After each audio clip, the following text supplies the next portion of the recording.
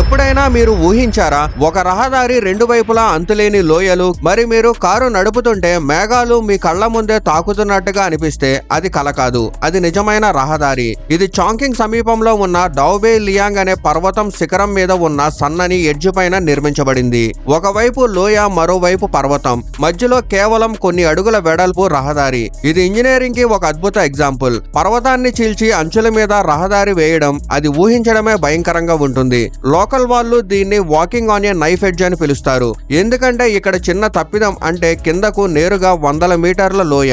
అందుకే ఇక్కడ కార్లు నడపడానికి గుండె ధైర్యం కావాలి. ప్రతి మలుపు, ప్రతి ఎత్తు ఒక కొత్త థ్రిల్లు. చుట్టూ ఎక్కడ చూసినా మేఘాల లేయర్స్, పొగమంచు, లోయల గాలి. ఇక్కడ డ్రైవింగ్ అనేది ప్రయాణం కంటే ఎక్కువ, అది ఒక సాహస యాత్ర.